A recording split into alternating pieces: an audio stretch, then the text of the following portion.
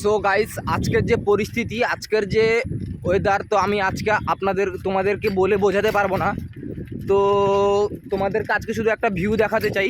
তো ওই ভিউটা তোমরা দেখো, জাস্ট মানে ভিউটা খুব অসাধারণ ভিউ।